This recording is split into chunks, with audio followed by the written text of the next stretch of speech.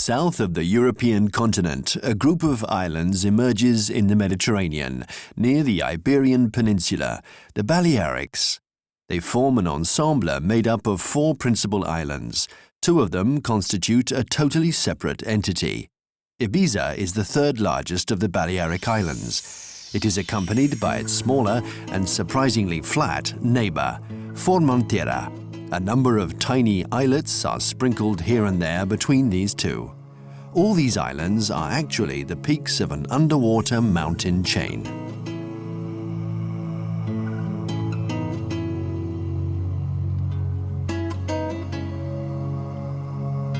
Ibiza and Formentera belong to an archipelago known since antiquity under the name of Pityoussas, a term invented by the Greek sailors when they drew alongside these very green isles.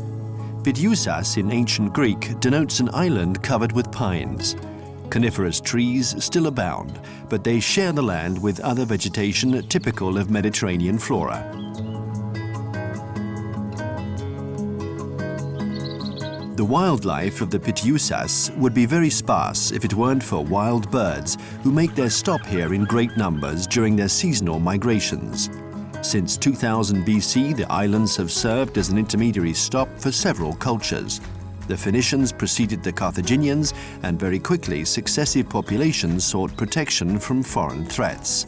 Fortifications began appearing from the Middle Ages. In 1983, the Balearics became a self-governing Spanish community, 3 years before Spain became part of the European Union. North Africa is relatively close. The Muslim influence has made itself felt, even in the traditional habitat.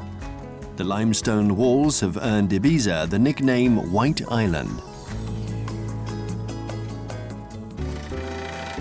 Population shifts were first limited to the Mediterranean Sea, but after the fall of the Roman Empire, people from German origin added their lighter coloring to the physiognomy of the Mediterraneans. Around 40 years ago, Ibiza experienced a wave of immigrants due to a movement born in the United States during the Vietnam War. These expatriates challenged the established order and advocated moral freedom. With their long, unruly hair and pacifist ideologies, these hippies brought their taste for Eastern philosophies and products derived from their craft industry. The hallucinogenic substances offered a different view of the world, providing psychedelic nuances. The community spirit of the hippies and their sense of celebration attracted numerous followers, a state of mind actually found in local traditions. North African influences are very visible, especially in how people dress. They became even stronger after the island of Eivissa had converted to Christianity. Most of the churches didn't appear until the 18th century. The original forest has receded everywhere due to agriculture, as the island's landscape confirms. Despite new techniques and intensive farming methods, the agricultural sector ensures only 1 tiny % of the gross domestic product. In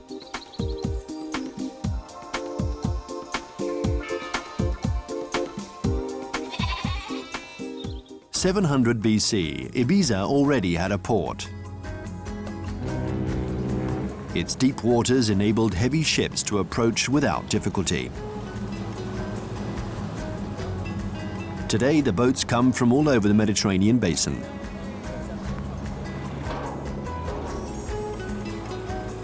Ibiza lacks natural resources, and supplying the island with drinking water is a recurrent problem.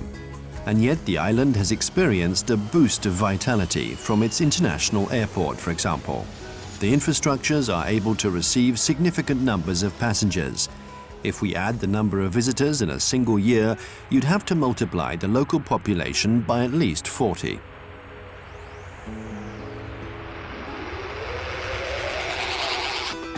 From the 1960s, Ibiza's notoriety grew. Land along the coast was cheap, so the coastline was quickly transformed to welcome those seeking rest and relaxation. Open-mindedness and hospitable shores, you didn't need more to create a phenomenon. Some believed it would be a passing fad, but the success continued. and tourism today is by far Ibiza's leading industry and main source of wealth.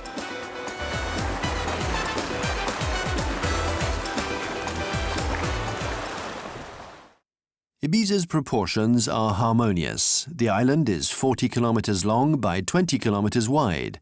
Eivissa, the main town, was established on a site overlooking the Mediterranean. Its harbour has been known since early antiquity. The neighbouring hills shelters it from the strong coastal winds.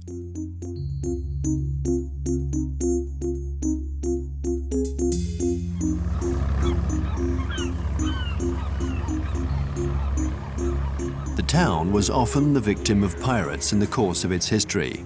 Turkish and Moorish vessels raided and pillaged the town. But times have changed. Today the port is active with pleasure boats.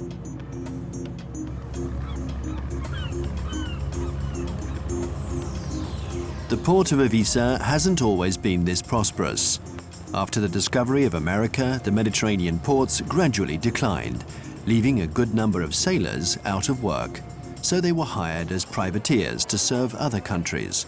Privateers were mercenaries authorized to attack merchant ships from enemy lands, not to be confused with pirates that the town tried to drive back. In the mid-16th century, Charles V of Spain himself decided to have a stronghold built.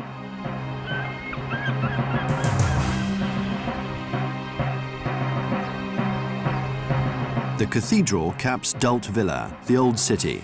To penetrate it, you must get over the rampart whose design dates back to Arabic times. Begun in the 13th century, the Catholic building was erected over the site of an ancient mosque.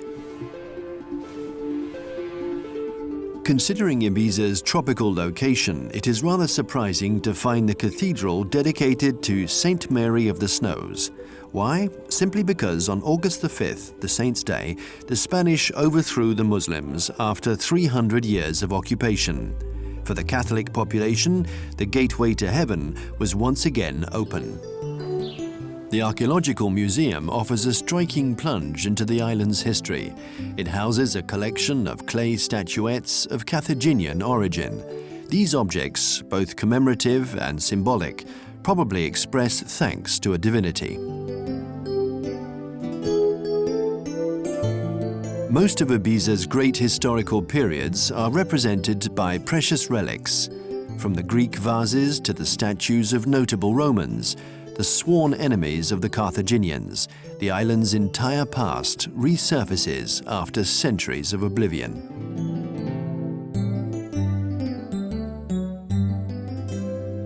At the foot of the ramparts is nestled the Sa Peña neighborhood. The old fisherman's quarter clings to the hill that dominates the sea. The brilliant whitewashed walls and houses, closed to the outside world, are reminders of Muslim society.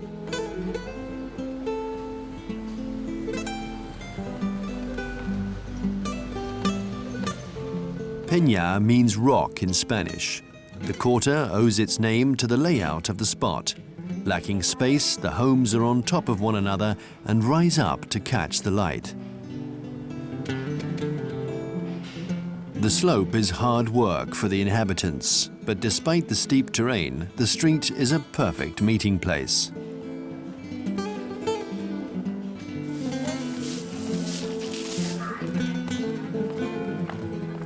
Laundry can dry even in the shade, thanks to the sea air that circulates constantly.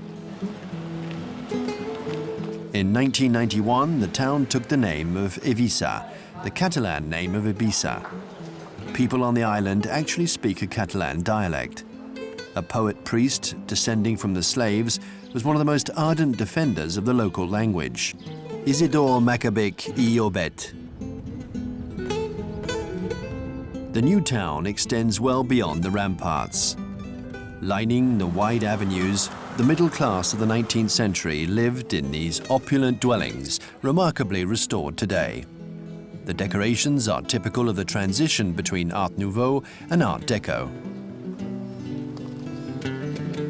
Drawing his sword, a native son killed during the Spanish-American War at the end of the 19th century, General Barra de Rey.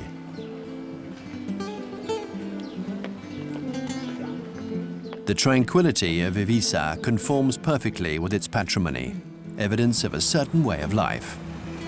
The walls that still hold the town's past are constantly subjected to culture shock. As soon as you reach the beach, though, life takes on a totally different look. Proportions change, the tones are more intense, even the rhythm changes. Day and night, without respite, people party. It never stops, from dusk till dawn, from dawn till dusk.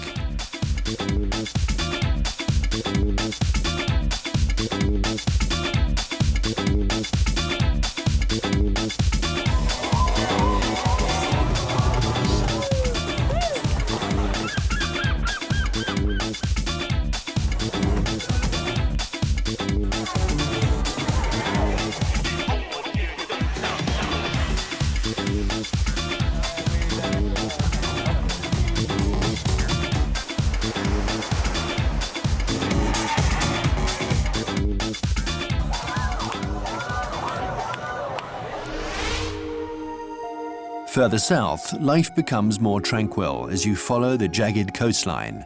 The fragile limestone has formed hundreds of coves where it is easy to find refuge. Those who have partied too much find well-deserved rest. The utterly exhausted can count on expert hands to work their magic.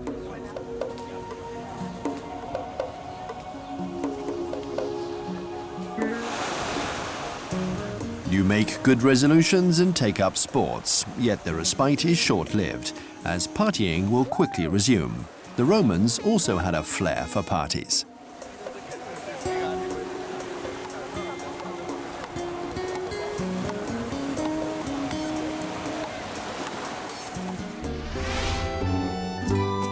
To take a break, it's best to leave the coast and head inland.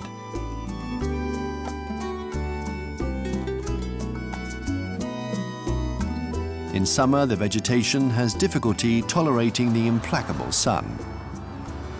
Yet the temperature remains pleasant in Ibiza thanks to the wind.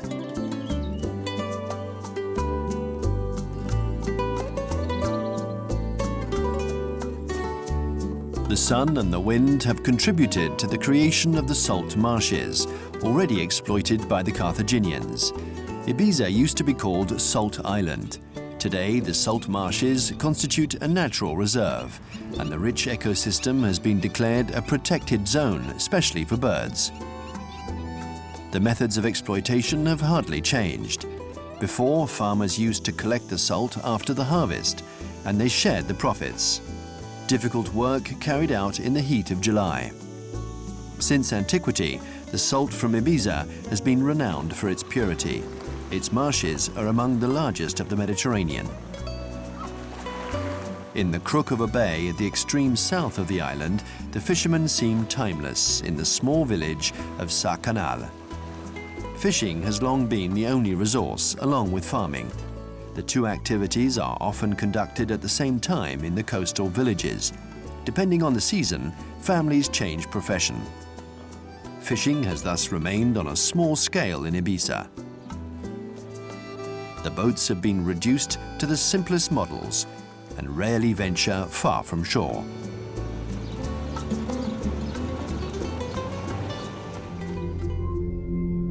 Along the entire south coast, Ibiza reveals its jagged contours. The limestone rock appears particularly bare here. Limestone has a weak resistance to salt water, and the seawater is saltier than normal in the Mediterranean, which is particularly enclosed and shallow, and which has significant evaporation.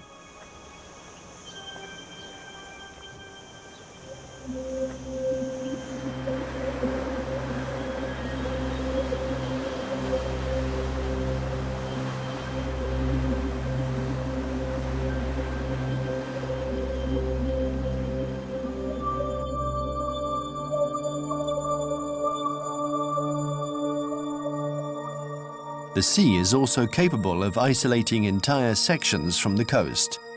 A superb example of this is found in the southwestern part of the island. The rock Es Bedra culminates at 382 meters above the waves. Between the huge rocks and the coast, the ocean's currents can be violent, and the wind stirs the water's surface.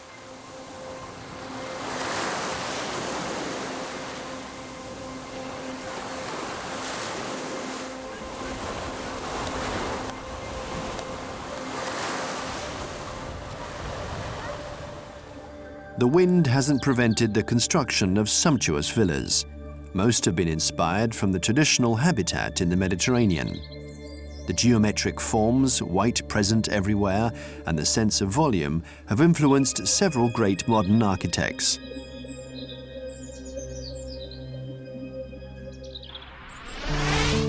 You don't have to venture far to enter into another universe. Here, the luxury villas and techno music would be out of place. In the countryside, daily life remains the same, as it has been for hundreds of years.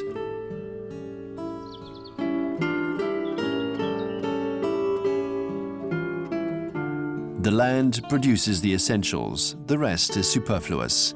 A philosophy of existence shared by the hippies when they first came here. The two worlds, with nothing in common, have lived in mutual respect. Even the trees have adapted to the new fads.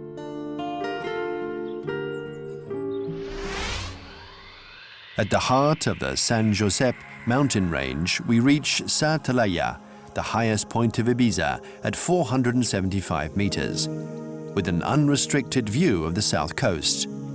On a clear day, you can make out the Spanish coast, 80 kilometers in the distance. On the western facade of the island, Sant Antoni de Portmany. To show that the best ideas are always the simplest, navigator Christopher Columbus succeeded in making an egg stand vertically. The town has displayed this same practical sense to give itself a boost of energy. The village has changed enormously. The seniors barely recognize it anymore. The old Roman fishing port, Porto Magnus, has actually been turned into a permanent youth center. Let me tell you one more time. Let me tell you one more time. Let me tell you one more time. Let me tell you one more time.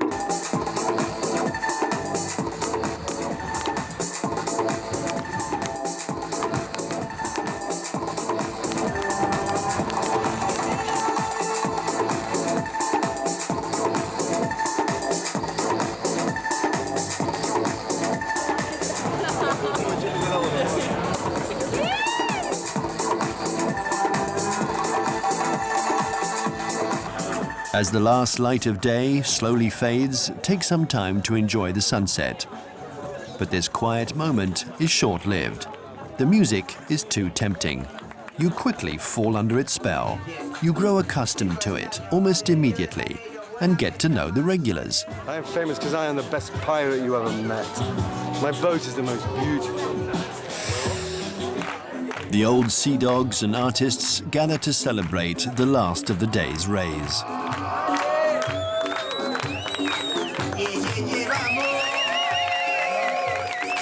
Night may fall in Sant Antoni de Portmany, but the party continues.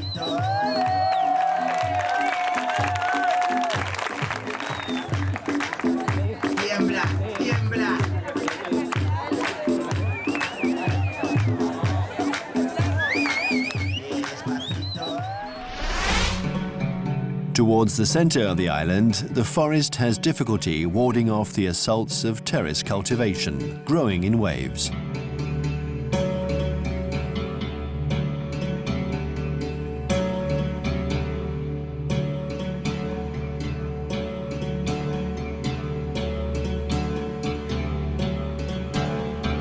To sustain terrace cultivation and delimit the plots of land, but also to protect them from the wind, kilometers of low stone walls have been erected. In the hamlet of Balafia, the stones have also been used in the construction of towers. The inhabitants used to take refuge there during the time of pirate attacks.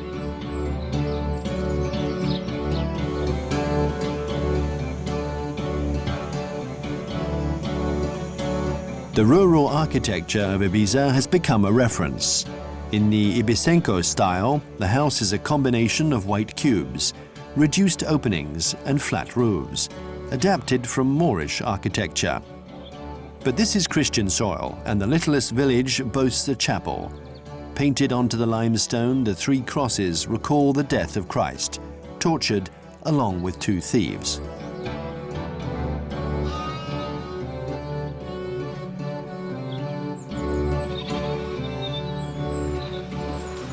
The clayey land is dry but fertile.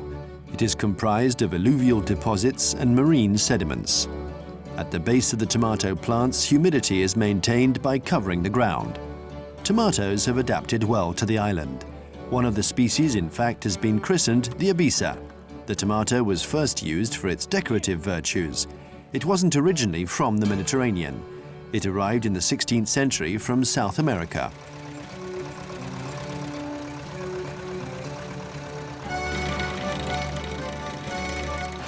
Even if the yields are poor, farming is one of the oldest human activities on the island. The Romans were already cultivating the earth.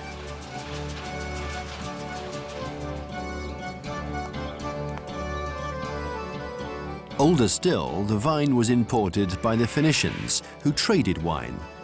The vineyard produces a full-bodied wine typical of soil bathed in abundant sunlight.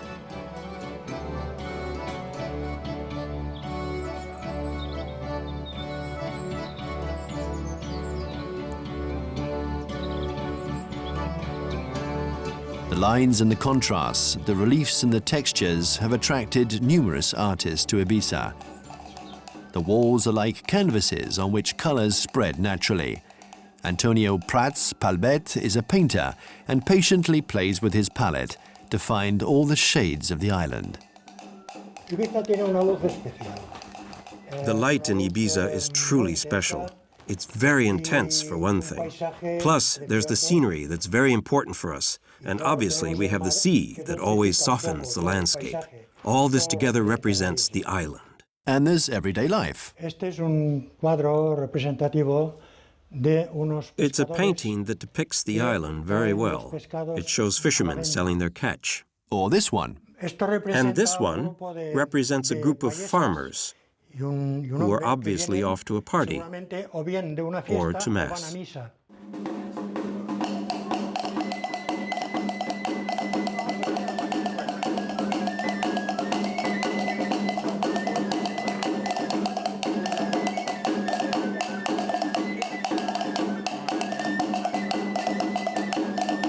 At San Miquel de Balansat, this 14th century church is dedicated to the Archangel Miquel. It is used as a set for a traditional dance, the Ball Pages Farmer's Ball.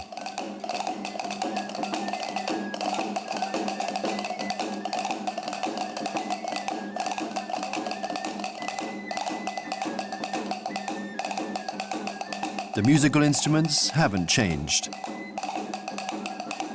The rhythm is punctuated with the castagnettes. Enormous castagnettes made of juniper. The women seem to glide over the ground. With tiny steps, they move to the melody of an oleander flute accentuated by a pine drum. The men skip and jump about to seduce their companions, who make fun of them. They wear the emprendada, a collection of necklaces. Some of the chains are gold.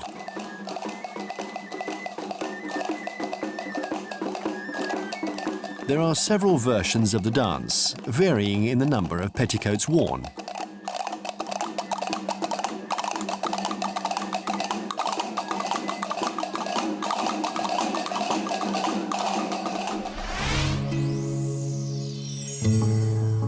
Crossing the rolling hills in a northeasterly direction, we reach a small village, in every respect much the same as the others. San Carlos de Peralta, the same whiteness, same visitors, same laid-back ambiance. In theory, this town should have remained quiet, as it had long been just a place to pass through.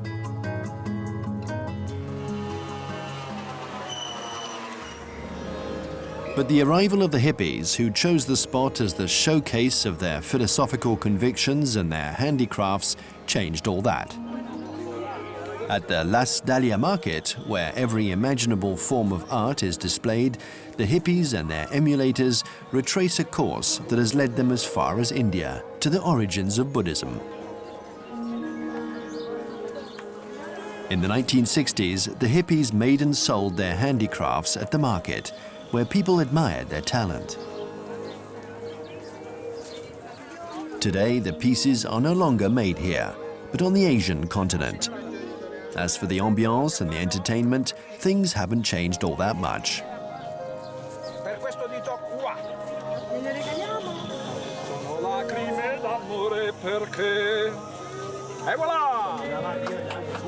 The manual work, the rallying signs, the prolonged meditation, it's all there. Here we call this the little hippie market of Labritja, because we are authentic hippies. It's the meeting place for the hippies of San Carlos. Being a hippie means to appreciate life in a very natural way. For example, here in Ibiza we have clean, pure air, a lot of sunshine, and an active social life. It's thanks to the hippies that we have all this atmosphere. For the hippies, the island of Ibiza was just one step. Flower power would take them much further. Many remained, however, because of the climate, and especially because the natives tolerated their very personal viewpoints. Some still practice a decorative technique on fabric, originating from Indonesia. Before dyeing the fabric, some parts are coated with wax.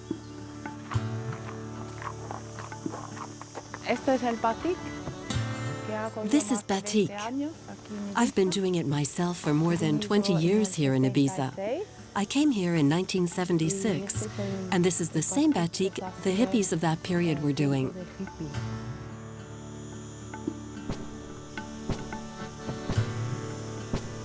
The old hippies have been integrated for a long time into consumer society and the sales circuits.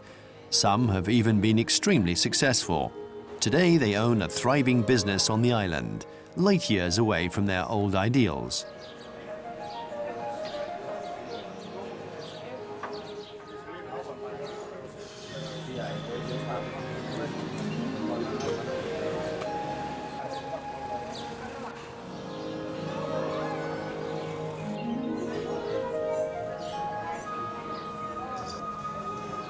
In San Joan de Labritja, as in many other villages, flower power has influenced the lifestyle and way of thinking.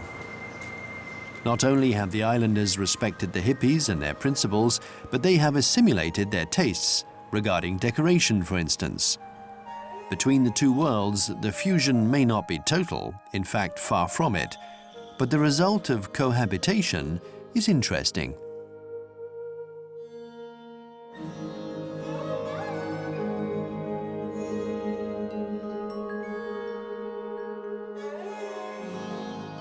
June the 24th, the Festival of St. John, one of the most important dates on the local calendar.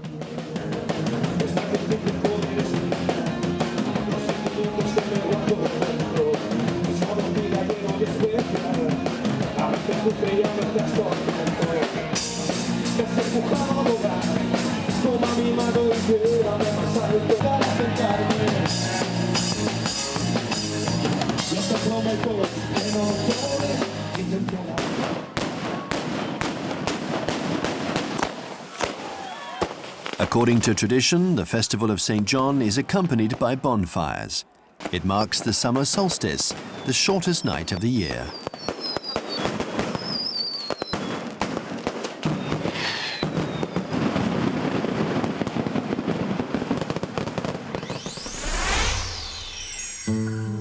Suddenly, impressive cliffs rise on the north coast.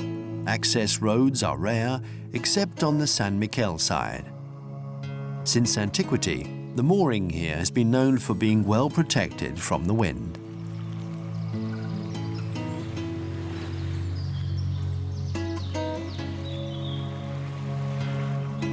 The rocks and shallow waters never seemed to bother the Turkish pirate ships that plundered the coast from the 14th century.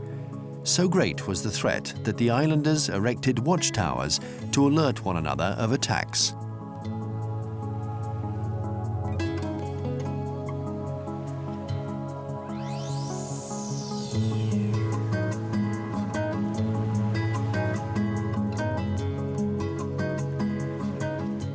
Near the beach of San Miquel, the limestone rock is hollowed out with deep excavations. The Cova de San Marça has been open for around 100,000 years. Smugglers have been accumulating treasures here for a very long time.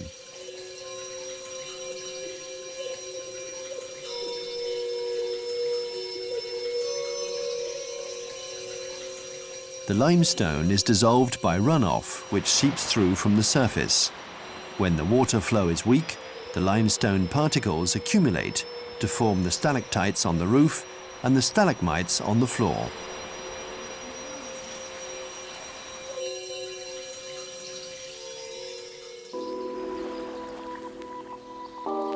From the other side of the cave, the beach of Beniras.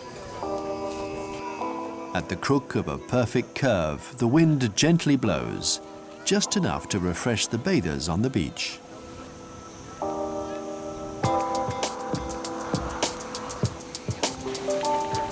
At the water's edge, the fishermen in their pontoons see the whole show. The lighthouse of Portmany points to the north end of the island.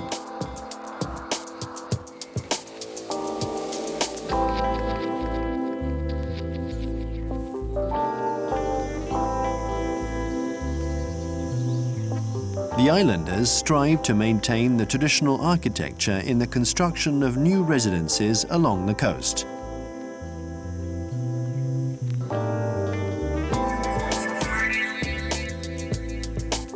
In fact, a law was passed in 1991 which now protects 60% of the coastline.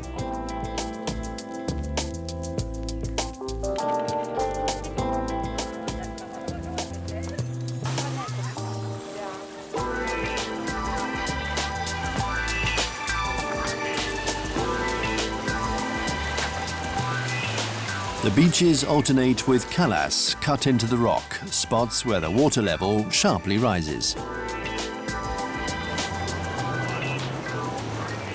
Not far from one beach, in the village of Escanar, is where the oldest hippie market on the island is found. Even if the articles have lost their authenticity, the stalls still attract clients and the public keeps coming. There's something for everyone, provided that every purchase carries the essential Eivissa label.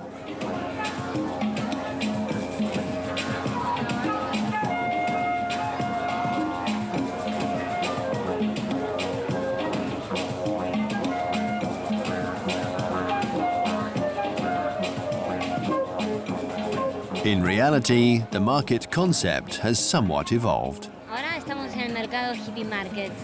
This is the Hippie Market. The name comes from a time when the hippies had started a modest market. Then people began traveling. They brought back more and more things. The craft industry grew over time. But in truth, I think this market has become very commercial. On the other hand, you still find objects here from India and elsewhere, and people from different countries have a chance to meet. The hippies themselves never could have imagined such success. One of the most alluring bays of Eivissa wraps around Santa Eulalia de Rio. On the east coast, Rio means river in Catalan, a river that flows into the bay when it isn't dried up. On the Puig de Missa, the peak of the Mass, from the 16th century, a fortified church used to take in large populations at the time of Moorish attacks. The thickness of the walls gives some idea of how much the people dreaded the Muslims. Below, a museum of local ethnology has taken over a former farmhouse. A rather eclectic collection comprises the inventory of the different traditional activities and objects from the entire Pitiusas archipelago.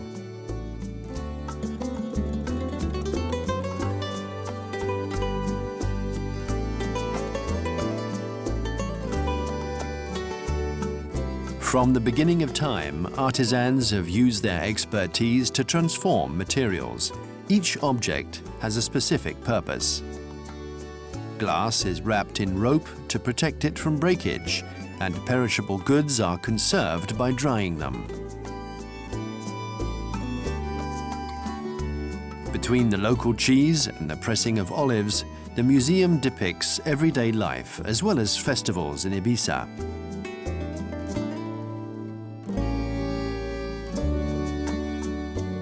A living museum that retraces the island's past, its peaceful and troubled times. The Santa Eulalia Bay nearly lost all its charm due to development plans in the 1970s. Fortunately, the promoters ended up adopting a more compromising approach.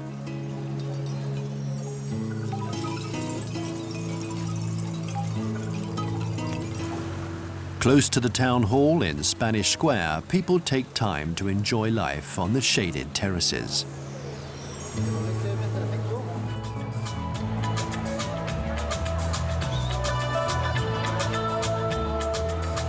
A lovely summer day. The crowd gathers at the end of the afternoon to get the best seats for an eagerly expected event.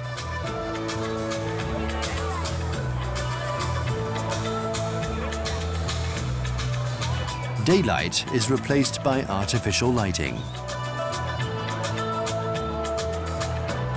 Let the fashion show begin.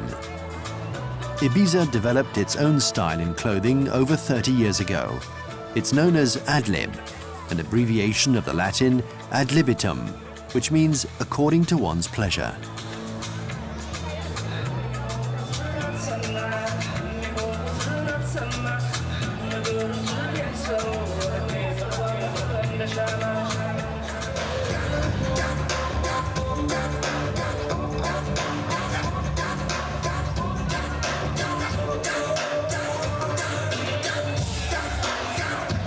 With a lot of white and a hint of provocation, the ad-lib creations evoke the light of the island and the purity of its forms. Inspired by the hippies, this lightness has transcended years and generations.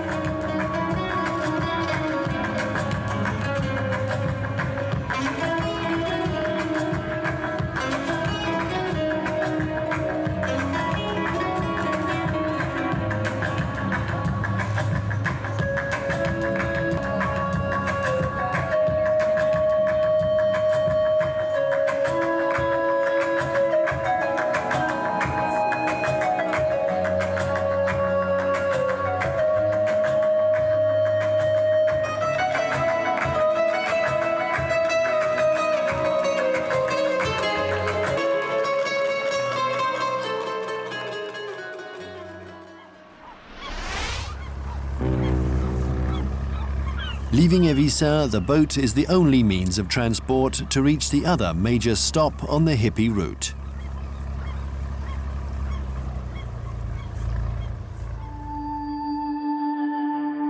Joined to Ibiza by shallow waters, it is the most southern and smallest of the inhabited Balearics, Formentera.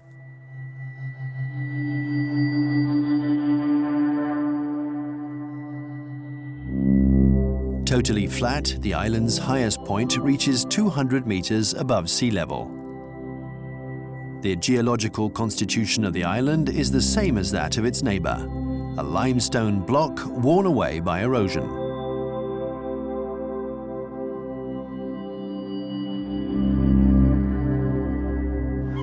The boat coming from Ibiza draws alongside La Savina. This town owes its name to the salt marshes nearby. They have been one of Formentera's main resources.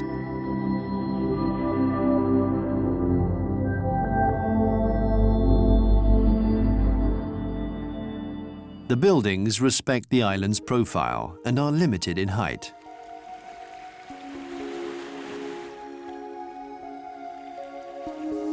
The name Formentera could come from the Latin Frumentaria, which means land of wheat.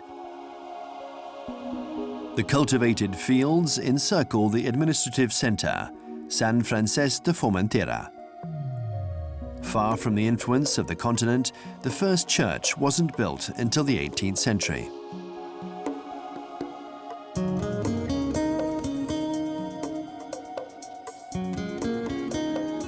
An isthmus of 5 kilometers links the two extremities of the island.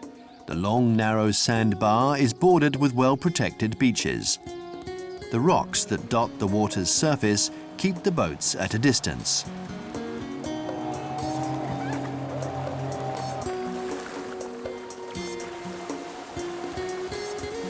Bathers, meanwhile, can endlessly enjoy the crystal clear waters. There are no overpopulated beaches, as Formentera has understood the need to protect itself.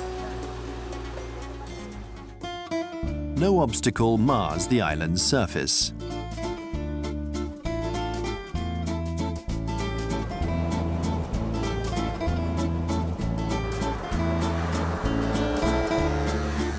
Because of the total absence of hills, the wind is able to blow without restraint. To counter it, islanders have erected low stone walls, often embellished with prickly pear. The only mill left is too old and worn out to continue turning. The wind has grazed the island, as flat as the horizon, but one exception breaks the horizontal lines, the lighthouse of La Mola. Another hypothesis is offered by those interested in the origin of the name Formentera. The island is a promontory, which could be derived from the Latin term promontorium. The promontory is colonized by birds. To camouflage themselves, their feathers blend in with the rock. The seagull takes advantage of the ascending currents to fly off.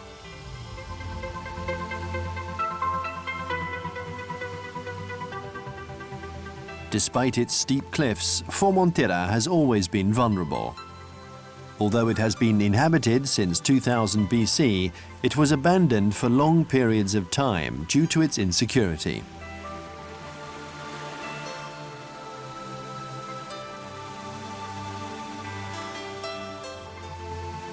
At the western extremity of the island, a church illuminates the village of El Pilar de la Mola. The hippies have also settled in Formentera. The reduced size of the island has made it easy to do business and has helped the hippie culture to survive.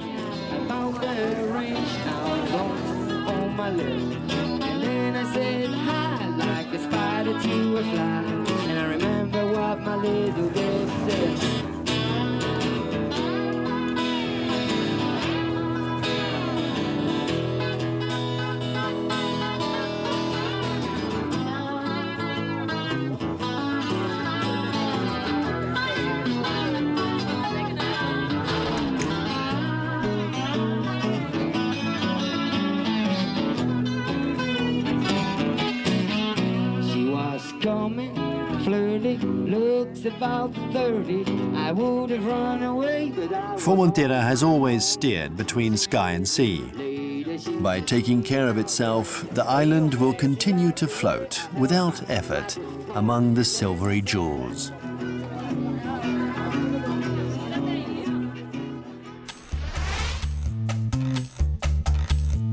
To head back towards Eivissa, you have to cross right through the island before reaching Sant Antoni de Portmany on the west coast.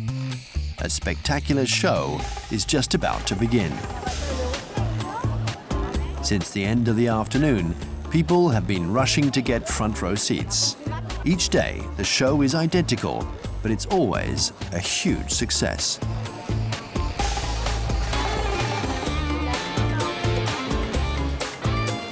The spectators are patient.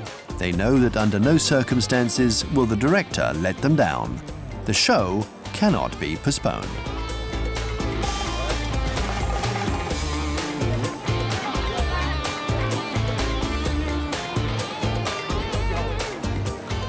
Gradually, the sun, the superstar, colors the horizon with warmer and warmer shades.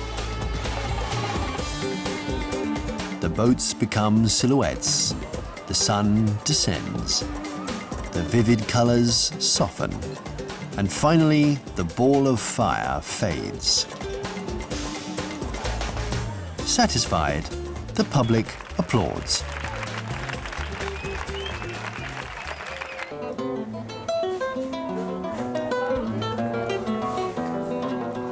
Later into the evening, in Eivissa, other shows and festivities are underway.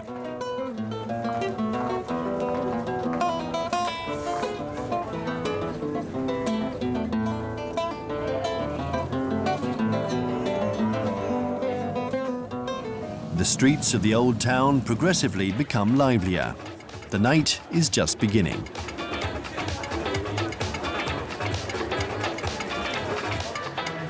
Best to conserve your strength. It's going to be a long party. The night owls begin to appear.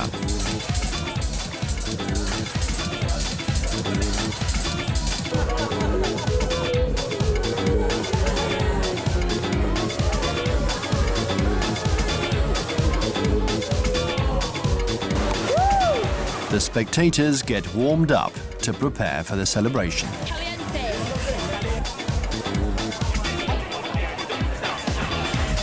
In a group of friends or all alone, people come to have a good time. Just for the weekend, holiday, beach party, fun time. Why? Because it's a nice place, beautiful people, all the day, sun, it's just nice. Everyone loves Ibiza, no doubt about it, even if some folks prefer to remain incognito. In the crowd, the thought is the same. Ibiza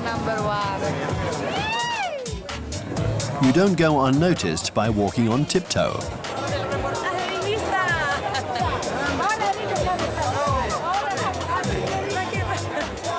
As the evening progresses, the crowd increases.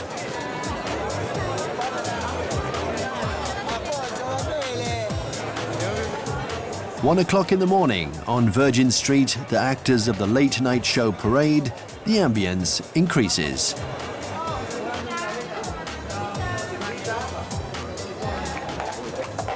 The most extravagant characters provide a great sales pitch for the trendy nightclubs.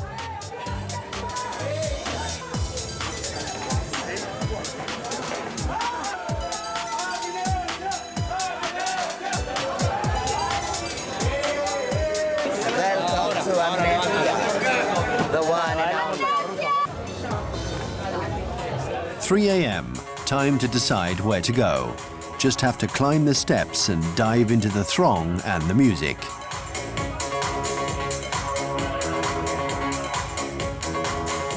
The crowd, the light and the rhythm blend together.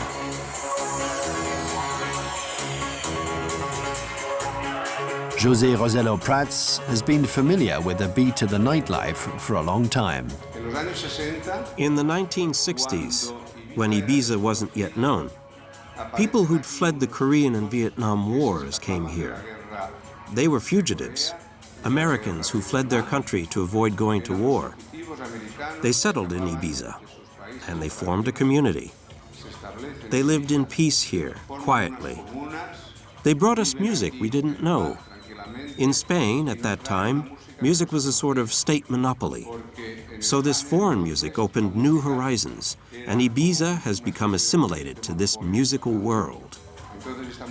And since then, we've been developing our own style of Ibiza music.